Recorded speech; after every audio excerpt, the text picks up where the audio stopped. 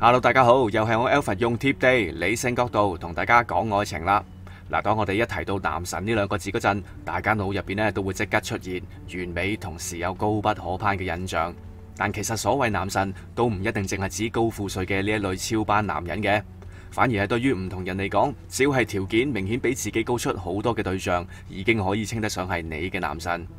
而可以同自己傾慕嘅男神發展為情侶，相信都一定佔據我哋願望清單入邊嘅頭3位。但個現實就係，好多時除咗因為客觀條件上你同對方有一段距離，影響咗發展機會之外，仲有更加阻礙我哋嘅因素，就係我哋喺心理上嘅自我設限，令到原本存在嘅機會都付諸流水。當你覺得自己同對方差好遠，好似面對住一座永遠攀登唔到嘅大山嗰陣，往往就令到我哋忽略咗，就算手上邊副牌唔及對方都好啦。如果我哋有好嘅技巧，都一樣有唔使跑出嘅機會。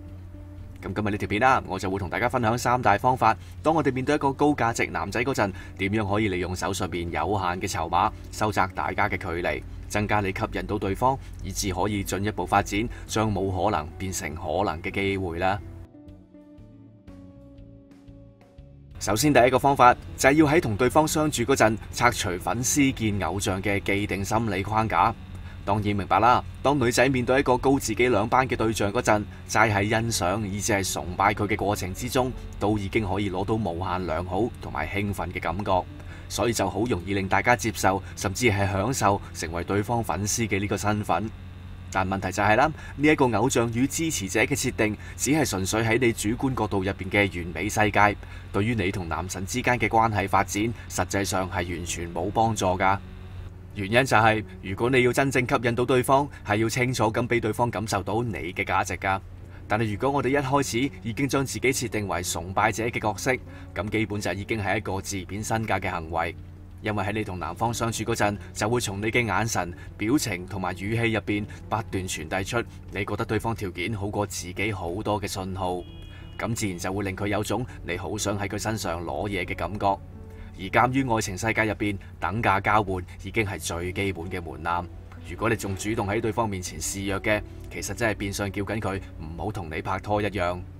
如果要突破呢一種思想上嘅框架嘅，首先要明白，作為一個正常人，我哋一定會有自己嘅優點同埋吸引之處，而除非你係刻意收埋佢哋啦。如果唔係嘅，對方點都會感受得到嘅。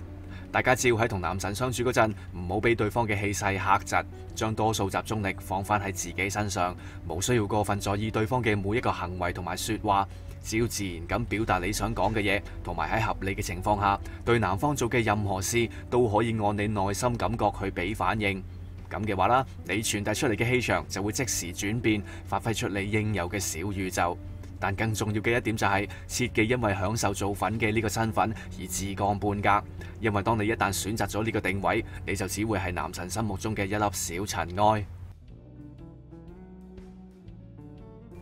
嗱，既然大家認定得某個人係男神，咁喺佢身上自然會有好多你覺得好正嘅特質啦。但係除咗會欣賞佢嘅優點之外，同時都會因為覺得自己唔及對方而激發咗你嘅自卑心理，然後又係同樣跌落咗類似上一點嘅下巴定位。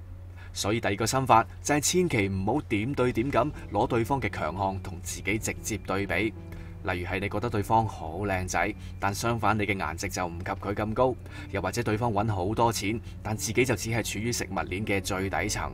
因為呢一個啦，其實係人嘅慣性，我哋好多時都係睇到人哋嘅優點，然後就專挑自己最衰嘅嘢去鞭屍。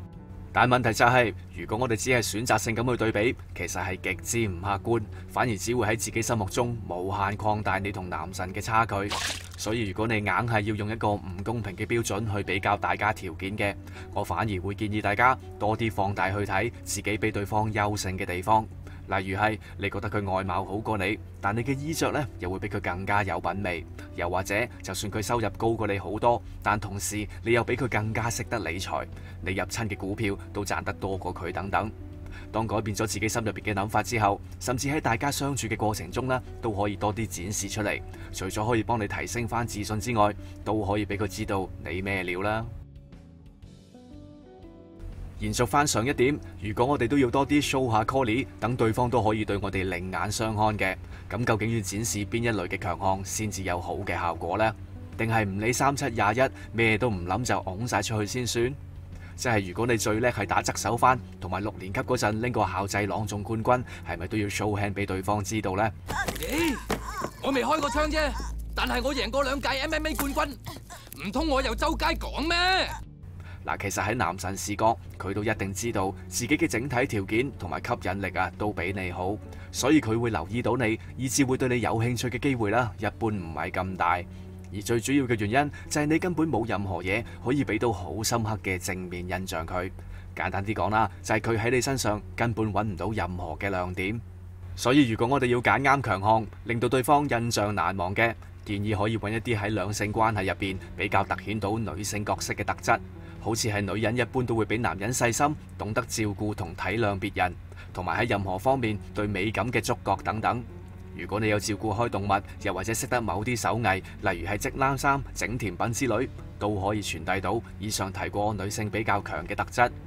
而要喺男神面前標榜呢類優點嘅好處，就係我哋幾乎可以肯定佢喺呢啲方面係唔會叻得過你。呢一啲就係屬於你個人嘅價值。聽到呢度，可能大家都會有個疑問：喂，而家個世界都係男女平等噶啦，再搬呢啲咁傳統嘅女性美德出嚟，會唔會已經 out 咗噶啦？嗱，雖然而家嘅風氣都係傾向兩性平等，但喺我哋與生俱來、植根喺潛意識嘅原始系統入邊，男同女始終會有各自嘅既定功能。所以即使個世界睇落幾文明都好啦，對男人嚟講，呢一類專屬於女性崗位嘅特質，依然係有唔細嘅吸引力㗎。嗱，以上分析嘅做法雖然各有唔同處理，但喺性質上啦，同樣係就住你現有嘅條件之上，幫你盡可能發揮手上籌碼嘅方法。如果運用得好嘅，起碼可以幫我哋掃除某啲常見嘅心理障礙，喺短期內啦，亦都好可能會見到唔錯嘅效果。但長遠嚟講啦，如果我哋想進一步拉近同男神嘅距離嘅，始終都需要自己喺各方面努力去提升，無論係軟件同硬件，令自己更有吸引力，最終啦會令你每一個行動都更有效果，有更大嘅成功機會。咁今日嘅分享啦就差唔多啦。如果你中意呢條片呢，請你都幫手喺下邊撳個 like 同 share， 又或者你有任何睇法嘅，都歡迎你多啲留言支持下。我會繼續用理性同貼地角度去同大家分析唔同嘅愛情現象。如果你想聽到啲我關於唔同話題嘅分享呢，就即刻訂閱同撳一撳個鐘仔，仲有記得多啲 CLS 啦。下次見，拜拜。我係 Alfred， 我係一個生命教練，同時亦都係一個催眠治療師。我嘅目標咧就係幫助大家喺認識自己嘅過程裏邊咧，可以揾到一個真正屬於你嘅一個快樂嘅美麗嘅人生。